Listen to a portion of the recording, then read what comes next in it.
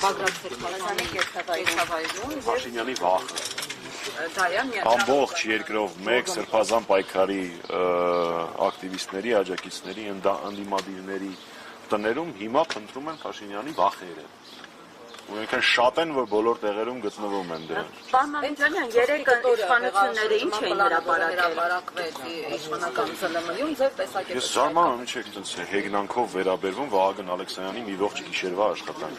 Մարդը մի գիշեր նստել, այդ ապուշությունները գրել է, հետո տպել է, հետո սկան արել, դրել է իր CV-ում։ Չէ՞ գնահատում այդ աշխատանքը։ Իրենք ասում են, որ հենց ընդդիմության ներսից են իրենց այդ թուղթը։ Իրենք նաև ասում են, որ Արցախը չեն հանձնել հետո, բայց հանձնել են, չէ՞։ Սցենարիստները այսինքն չէ, իհարկե, ինքը ընդհանրապես իրականացնողն է, մենք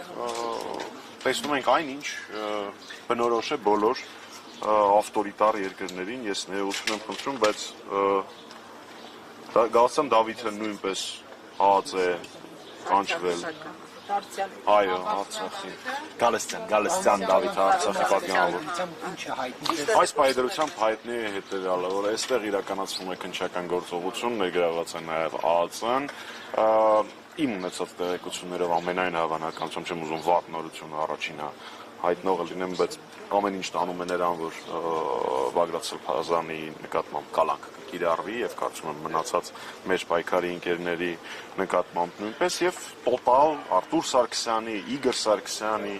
ես խոսում եմ ազգային ժողովի պատգամավոր Արտուր Սարգսյանի եւ Դաշնակցության գործադիր Գերագույն մարմնի անդամ Իգոր Սարգսյանի եւ Լիդիայի Մանթաշյան մի շարք մեր այլ պայքարի ընկերների տներում իրականացվում են խոզարկություններ կամ արդեն իրենց տանում են ԱԱՑ-ը։ Ինչ է կարծում, որ կալանք է լինելու, հետ ինչ են գտել կամ ինչ ինֆորմացիա ունեն, որ կալանք է դա տանում։ Իսկ ինչի Նիկոլի Հայաստանում չէ բան պիտի անես, որպեսզի կալանավորվես։ Պիտի հայրենասեր լինես, պիտի քո արժեքների համար պայքարես, այս բոլոր նշած մարդիկ այդ ամենը անում են։ Չէ, ես Նիկոլի Հայաստանում ոչինչ չեմ բացառում։ Ինչ եք բացառում, որ եւ Սերժ Սարգսյանին եւ Ռոբերտ Քոչարյանին կարող են տանել կալանք։ Ես չեմ բացառում, որ Հայաստանի Հանրապետության բոլոր հայրենասերներին ինքը փորձելու է կալանք տանել, բայց մեր բոլոր պայքարի ընկերների ու մեր բոլոր հայրենակիցների համար Հայաստանում այդքան բերդ չկա, որ բոլոր հայրենասերներին կարողանան եթե հարցնում եք ինձ որպես մեր ուժի անդամ, չէ, մենք ամեն կերպ կպայքարենք եւ այս տարիների ընթացքում բոլոր նրանց հետ ում հետ պայքարի մեջ ենք եղել, իմ կարծիքով իրենց սա ոչ կվախեցնի, ոչ էլ կկանի։ Պարոն Մամիկյանյան, սա կարող է դառնալ տրիգեր, մեկ վայրկյան, կարող է դառնալ տրիգեր Կներեցեք մեկ վայրկյան, կարող է դառնալ տրիգեր հանրային գեներացիայի համար, նոր ընդդիմադիր շարժման համար։ Գիտեք, ես հիմա ձեզ եմ դիմում եւ մեր հայրենակիցներին, էլ ինչ տրիգեր է մեզ պետք։ Արցախը հանձնել է, մեր երկրում ադրբեջանցիները արդեն մի քանի տարի է մեր սուվերեն տարածքում են 21 թվականից մինչև այսօր։ Միջնորդը Ադրբեջանի հետ հարաբերությունների Թուրքիան է, կաթողիկոսի վրա եւ եկեղեցու վրա արշավ ասկսում։ Էլ ինչ տրիգեր։ Ես իրոք այդ տրիգեր բառի իմաստը արդեն չեմ ասում, նայեք ջան մի վայրկյան պատասխան այստեղ հարցին ու կորզած։ Կոմիտեի հայտարարության վերաբերյալ ասում եք 25 թվականից սկսած 1000-ից ավել անձ եք ներգրավել, որպեսզի ահաբեկչություն ընդդիմություն։ Եք, ես էլ եմ անցնում։ Տարբերություն չկա։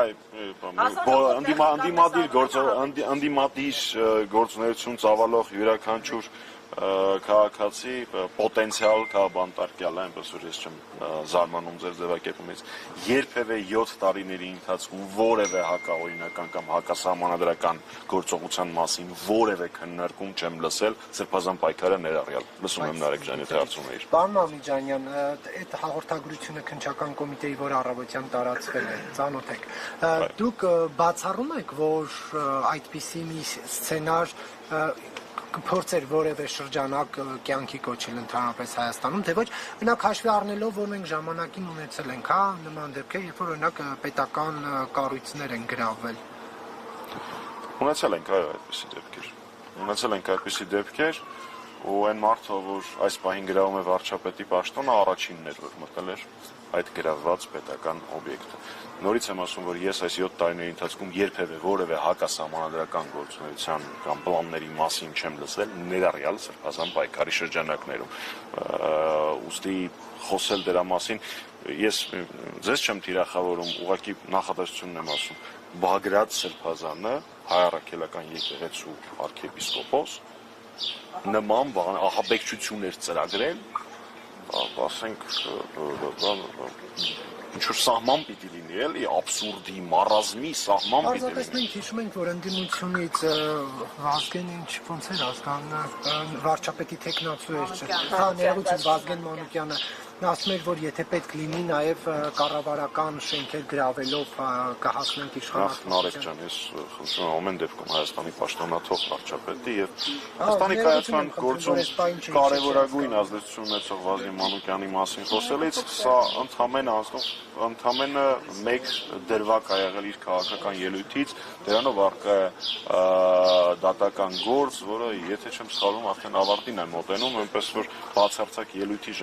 ժամանակ հնչեցված որևէ կոչ չպարունակող, որևէ հակա իրավական գործունեություն չպարունակող հայտարարությունները խնդրում եմ չվերագրել ընդդիմադիր պայքարին որպես այդպիսին։ Այս տարիների ընթացքում ձևավորվել է մի միջազգային ֆենոմեն, աշխարհում տենց բան ես չէի տեսել։ Մեր երկրում ընդդիմությունը ավելի պետական, ամետական իշխանություններ։ Պարոն Մամջանյան, հենց այս համատեքստում, երբ օրեր առաջ իրավապահների սպասում էին դարձյալ Սրբազանի կեցավայրում եւ մի քանի տեղերում խուզարկություններ են եղել, ադրբեջանական մամուլը հրճվանքի մեջ էր, ասում են ռևանշիստական ուժերը հարձակման են ենթարկում եւ այլ, հնարավոր է, որ սրա հետևում նաեւ դրսի պատվերի կա։ Դուք գիտեք, որ ես չափից շատ եմ խարգում մեր հեռուստադիտողներին, մեր ունկնդիրներին, որպեսզի չճշտված տեղեկություն ասեմ, դրա համար եկեք տրամաբանությամբ միասին գնանք։ Մեկ ամիս առաջ Փաշազադեն, ով կրոնական առաջնորդն է մուսուլմանների Հարավային Կովկասի, հայտարարություն է տարածում, որ անհրաժեշտ է ինչ-որ հիմարություններ էջմիածին եւ այլն, որից մի քանի օր հետո սկսում է այս խայտառակ արշավը առաքելական Սուրբ եկեղեցու դեմ։ Ոնց է ստացվում, որ ռևանշիստ մեզ անվանում են ադրբեջանցիները, թուրքերը եւ Փաշինյանը ու իր խմբակը։ Ուստի ես չունեմ ոչ մի տեղեկություն, ոչ մի կոնսպիրոլոգիայի ապացույցների չեմ տիրապետում, բայց պարզ տրամաբանություն ունեմ։ Ոնց որ թե Ադրբեջանի, Թուրքիայի եւ Փաշինյանի ջրերը առնվազն մի առվով են գնում, եթե չխոսենք հստակ ցուցումներից եւ ուղղորդումներից։ Մի հարց է, պարոն Մամիկյանյան, դուք ձեր թևը, այսինքն Հանրապետական կուսակցության իմպիչմենտի տեխնացու ունենալու հետ զուգահեռ պարբերաբար հայտարարություններ անում, որ պայքար է սկսում կամ արդեն սկսել է։ Հնարավոր է, որ այս առիթը, այսպես կալանավորումները, ձերբակալությունները պատճառ դառնան եւ դուք հենց հիմա այս ամառվա տապին սկսեք այն գործընթացը, որին դուք ասում եք, որ Գիտեք, Տիկին Բադյան, մեզ տապը եւ անձրևը այդքան էլ ճիշտ ասած չի հետաքրքրում, բայց այն ծրագիրը փողոցային պայքարի, որի մասին խոսել է նախագահ Սարգսյանը, այս կամ այն դրսևորումներով արդեն իսկ տեսել եք դրա տարբեր իրադարձություններ։ Ես չեմ ուզում օգտագործել առիթը ասելու, թե ինչ փողոցային միջոցառումներ են իրականացվել։ Տրամաբանությունը հետեւյալն է։ Այն ինչ անհրաժեշտ է բոլորիս, այսինքն Փաշինյանի հեռացումը։ Դրա համար անհրաժեշտ է իրականացնել բոլոր գործողությունները, որոնք համազգությամբ արգելված չեն։ Ձեր հարցինի պատասխան այդ աշխատանքները արդեն իսկ տարվում են։ Պարզապես դրանից մի մասը տեսանելի է, մի մասը տեսանելի չէ, բայց ես դες վստահեցնում եմ, որ աշխատանքները չեն դադարել փաստացի ոչ մի բան։ հնարավոր է փողոցային պայքար սկսվի։ Այլ ընտրանք չկա, որ փողոցային պայքար սկսվի, որովհետև օրեր չասեմ, բայց իմպիչմենտի գործընթացը, վարչապետին ամուսնություն հայտնելու գործընթացը փաստացի անհնար է իրականացնել առանց փողոցային պայքարի բաղադրիչի, հետեւաբար բնականաբար այն նույնպես տեղի է ունենալու։ Պարոն Մամիկյանյան, բայց այսպիսի գնահատականներ կան, ասում են Սերժ Սարգսյանը մեծ նվեր արեց Նիկոլ Փաշինյանին, խնդրահարույց, վիճահարույց տեխնացու առաջադրելով, նկատի ունենալով պարոն Համբարձումյանին, դուք այս մեկնաբանությունները ինչպես եք վերաբերում, արդյոք ճիշտ է Դավիթ Համբարձումյանին առաջադրել վարչապետի տեխնացու։ Ես ուզում եմ վերլուծել վիճահարույց կամ խնդրահարույց բառը։ Իր եւ իր հարազատների, եղբոր, աներոջ եւ այլ հարազատների նկատմամբ քրեական գործերի հարուցում, կալանք չկանգնացրեց Դավիթ Համբարձումյանին մասնակցելու պայքարին եւ հաղթելու ԿՊ-ին այդ պայքարում։ Իր նկատմամբ այս ողջ ընթացքում եւ հիմա իհարկե սաստկացել է իրականացվում է կեղտոտ ստի արշավ փորձելով սևացնել Դավիթ Համբարձումյանի բարի համբավը։ Մասիս քաղաքը 20,000-ից ավել բռնի տեղահանված մեր արցախցի քույրեր եւ եղբայրները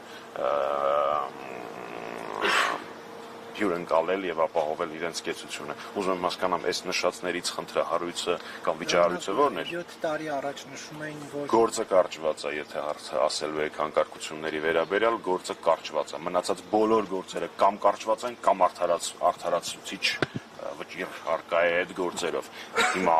Դավիթի ի՞նչն է խնդրահարույց։ Խնդրահարույցը նրանով, որ ինքը հաստատ, գիտեմ, որ ինքը հաստատ ապացուցել է, որ ԿՊ-ի հետ կռվից չի խուսափում, կռվին մտնում է ու այդ կռիվը հաղթում է։ Եթե դա որևէ մեկի համար խնդրահարույց կետա, ձեզ չեմ ասում։ Okay, խնդիր չկա։ Մեր համար դա մեծ առավելություն է։ Ինչ վերաբերվում է նվեր, մվեր եւ այլն, նախագահ Սարգսյանը եւ Հանրապետականը 2018 թվականի ապրիլի 25-ից պայքարում են Փաշինյանի դեմ։ Նման բանով հպարտանալ եւ բարձենալ, իսկ դա հպարտանալու բան է մեր երկրում, երբ դու պայքարում ես հակապետական եւ հակահայկական գործիչների դեմ, շատ քիչ մարդ կարող է անել։ ապրիլի 25-ից պայքարում էիք եւ այդ պայքարի շրջանակներում մայիսի 28-ին կողմ քվեներով Նիկոլ Փաշինյանի Նախ մայիսի 28-ին չէ, մայիսի 8-ին։ Երկրորդը զարմանալի է, որ իհարկե գիտեմ, բայց ես այդ կուսակցության գործադիր մարմնի անդամ եմ, բապ իմանամ։ Եթե մեջբերում եք, մեջբերեք ամբողջությամբ, թե ինչ է եղել մայիսի 1-ին։ Մայիսի 1-ին, չգիտեմ ինչի հասանք մենք այս թեմային, Բագրատ Սրբազանի կալանավորման համատեքստում, բայց ամեն դեպքում պատասխանեմ։ Մայիսի 1-ին Հանրապետականի ֆրակցիան չընտրեց Նիկոլ Փաշինյանին, ահա, Արմանյանի էջում այդ ամեն չկա։ Մայիսի 1-ին չընտրեց Փաշինյանին, կոչ անելով Հայաստանի բոլոր կուսակցություններին, ֆրակցիաներին այն ժամանակվա առաջարկել այլ տեխնացու։ Դա տեղի չունեցավ։ Նույնիսկ մայիսի 8-ին իր հայտարարության մեջ Հանրապետական կուսակցության ֆրակցիան եւ դրա քաղաքական թիմը դեմ է շարունակել քվեարկել Փաշինյանին։ Դուք պատկերացնում եք այդքան մարդ հավաքված հրապարակում։ Ինչ է նշանակում Հանրապետական պատգամավորներին, երբ իրենց տների մոտ դագաղներ էին ու ատելության քարոզը իրականացում, ձիգ կանգնած լինել Արցախի ու Հայաստանի պաշտպանության գծում, բարձրաձայնել, որ սա հակաղարաբաղյան պայքար է եւ չվախենալ են կեղծիքի արշավից։ Եվս մեկ անգամ մենք հայտարարեցինք, որ եթե Հայաստանում կա գոնե մեկ քաղաքական միավոր, ով կառաջարկի այլ տեխնացու, մենք պատրաստ ենք դա պաշտպանել, բայց ուզում եմ հիշեցնեմ, որ դա ցավոք սրտի ոչ մեկ չարեց, ավելին այդ ժամանակվա պարլամենտական մյուս խմբակցությունները ստորագրություններով անդեղ ընթացակարգը առաջարկեցին պարոն Փաշինյանին որպես Փաշինյանի անունը տվեցի ճանճ եկավ, որպես տեխնացու, իրադարձությունները տրամաբանական են, որպես տեխնացու առաջադրեցին եւ որպեսզի պատերազմող երկիրը, պատերազմական թեկուզ սառը, հա, ոչ ակտիվ գործողություններով պատերազմական իրավիճակում գտնվող երկիրը ավելի խորը ցնցումների չտանելու տրամաբանությամբ տեղի ունեցավ այն, ինչի մասին դուք խոսեցիք։ Պարոն Մամիջանյան, իսկ այս անգամ գոնե ձեր Հայաստանի Հանրապետական կուսակցության այսպես կոչին կարձագանքեն եւ իմպիչմենտի գործընթացը գլուխ կբերեն, թե էլի այսպես անջատողական տարբեր դիրքորոշումների ականատես կլինենք եւ կգնա պրավալի ամեն ինչ։ Այդ հարցը ինձ չի պետք տալ, այդ հարցը պետք է տալ առաջին հերթին Հայաստան խմբակցության պատգամավորներին, որոնց ստորագրությունները մենք սպասում ենք, ոչինչ չի փոխվել, այս պայդրությամբ ամեն ինչ նույնն է։ Գործարները, որոնք այդ օրերին օգնեցին, որ Փաշինյանը դառնա վարչապետ, այն գործարները, որոնք անջատվեցին ՀԿ-ից եւ օգնեցին, այդ գործարները ցույց տալիս են միտումներ, որ պատրաստ են աջակցելու, եթե հանրային ընդվզում լինի կամ ընդհանրապես որևէ process-ի վերջ այդ գործարները հենց հանրապետական կուսակցության շնորհիվ են նաև շնորհիվ ձևակերպում այդքան էլ լավ չի ճիշտ ասած, բայց այնուամենայնիվ կարծում եմ, որ յուրաքանչյուր մարդ առաջին հերթին իր երեխաներին, իր թոռներին ու պատմությանը պիտի պատասխան տա, թե ինչով էր ինքը զբաղվում 2018-ից 2025 թվականներին։ Ես այդ տեսակետից երկուսս էլ գիտենք, որ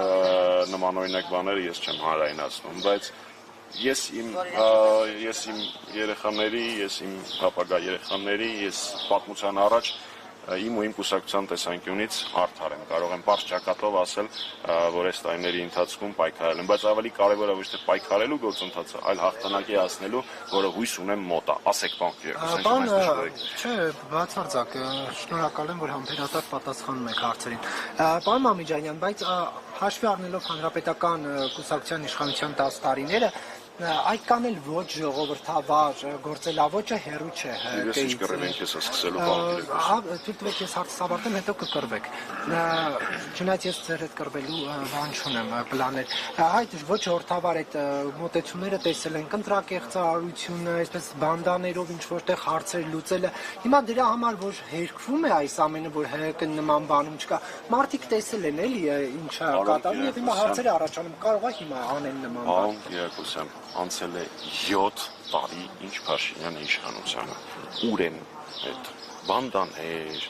ընտրակեղծիքներ եւ այլն, այդ բոլոր քրեական գործերը ուր են։ Չկան։ Շատ լավ, այս մեկ բանդում։ Երկրորդ, ինչ վերա, այդ առանձին պատմություն։ Երկրորդ հարցադրումս Եթե դուք փորձեցիք ասել, որ հանրապետականի կառավարման տարիներին խոսքի ազատության եւ այլնի հետ կապված խնդիրներ կան, գիտեք, մենակ մի բան ասեմ էլի։ 18 թվականի այն փաստը, որ տեղի ունեցած իրադարձությունները գրեթե անարյուն էին հանած Էջմիածնի ցավալի դեպքը։ Դա հաստատ ընդդիմադիրների այն ժամանակվա, հաստատ Փաշինյանի շնորհքը չի։ Հաստատ իրենք շատ էին ուզում, որ արյուն թափվի, հաստատ իրենք շատ էին ուզում, որ զոհեր լինի, բայց այն ժամանակվա իշխանությունների խոհեմության, այն ժամանակվա իշխանությունների վերաբերմունքի արդյունքում որևէ խոշոր միջադեպեր չգրանցվեցին։ Իսկ դուք լրագրող այդ ժամանակ եղել եք եւ ձեր գործընկերներից էլ կարող եք հարցնել, թե այդ տարիների ընթացքում նմանօրինակ դրսևորումներ, նմանօրինակ ռեպրեսիաներ լրատվականների նկատմամբ, նմանօրինակ ռեպրեսիաներ քաղաքական գործիչների նկատմամբ, սկսած Արմեն Աշոտյանից, ով 2 տարի պահվում է անազատության մեջ, վերջացրած Սամվել Կարապետյանով, ով հայտարարության համար, որը ոչ կոչ էր պարունակում, ոչ մի բան չէր պարունակում, ուղղակի նույն վայրկյանին կալանավորվել է։ Հիմա ինչ որ